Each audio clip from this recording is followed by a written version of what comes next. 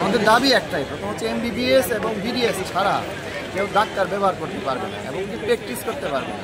MBBS BDS ছাড়া যারা আছে অন্য আমাদের সহায়ক হিসেবে বা হাইজিনিস্ট হিসেবে, অ্যাসিস্ট্যান্ট হিসেবে, তারা ডাক্তারের সহায়ক হিসেবে কাজ করবে, কিন্তু তারা নামের পূর্বে ডাক্তার ব্যবহার করতে পারবে। এটাই আমাদের হচ্ছে প্রথম দাবি।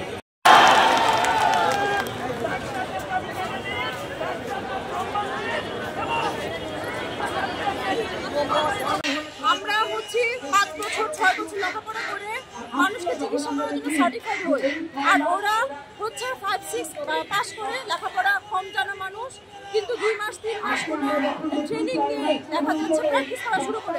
ওদের এই ম্যাল প্র্যাকটিসের জন্য আমাদের চিকিৎসা ব্যবস্থা ধ্বংসের পথে, এখন ধ্বংসের পথে চিকিৎসা ব্যবস্থা। আমরা চাচ্ছি ওদেরকে যাতে আর কোনো প্র্যাকটিস করতে না পারে, তাদের যেন বিএমডিসি কোনো রকম হেল্প না করে, তাদেরকে যা করা হয়েছে এই পর্যন্ত সব যাতে ওদেরকে নষ্ট করে দেয় সেই ব্যবস্থা নিতে হবে। আর সব জায়গায় শুধু এমবিবিএস এবং যারা বিডিএস তারাই যেন প্র্যাকটিস করতে পারে, সেটা হচ্ছে গভর্নমেন্টকে নিশ্চয়তা দিতে হবে। স্মারকলিপি দিয়েছি, আমরা চাচ্ছি যে সুষ্ঠু বিচার হোক।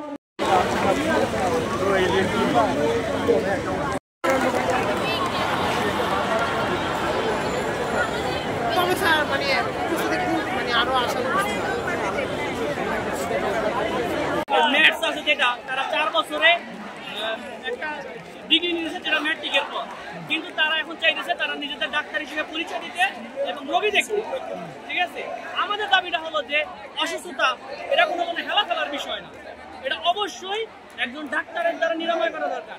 তারা ডাক্তারদের অ্যাসিস্ট্যান্ট হিসেবে কাজ করবে। তারা কেন নিজেদের ডাক্তার হিসেবে পরিচয় দিতে চাচ্ছে বা তারা কেন রোগী দেখতে চাইতেছে? রোগী দেখার কোনো মতে এটা হেলা ফেলার বিষয় না। তারা ডাক্তারদের সহযোগী দিতে পারে, নার্সদের সহযোগী দিতে পারে। আমরা এটা কোনো মতে মানতে রাজি না। আমরা চাই শুধুমাত্র যারা এমবিবিএস পাস করেছে এবং বিডিএস পাস করেছে তারাই যারা শুধুমাত্র এই ডাক্তার ট্যাগ পায় এবং রোগী দেখতে পারে।